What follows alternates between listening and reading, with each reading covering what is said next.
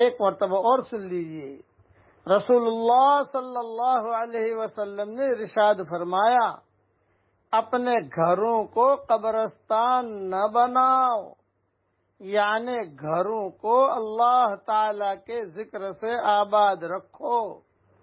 جس گھر میں سورہ بقرہ پڑھی جاتی ہے شیطان اس گھر سے بھاگ جاتا ہے۔ مسلم شریف میں یہ حدیث ہے۔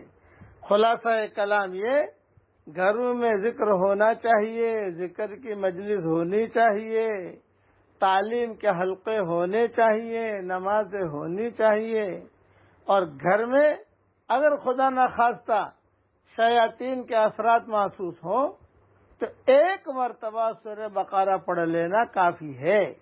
یہ جو 40 مرتبہ پڑھواتے ہیں اس کی کوئی اصل حدیث میں نہیں ہے، یعنی نہ کسی سلف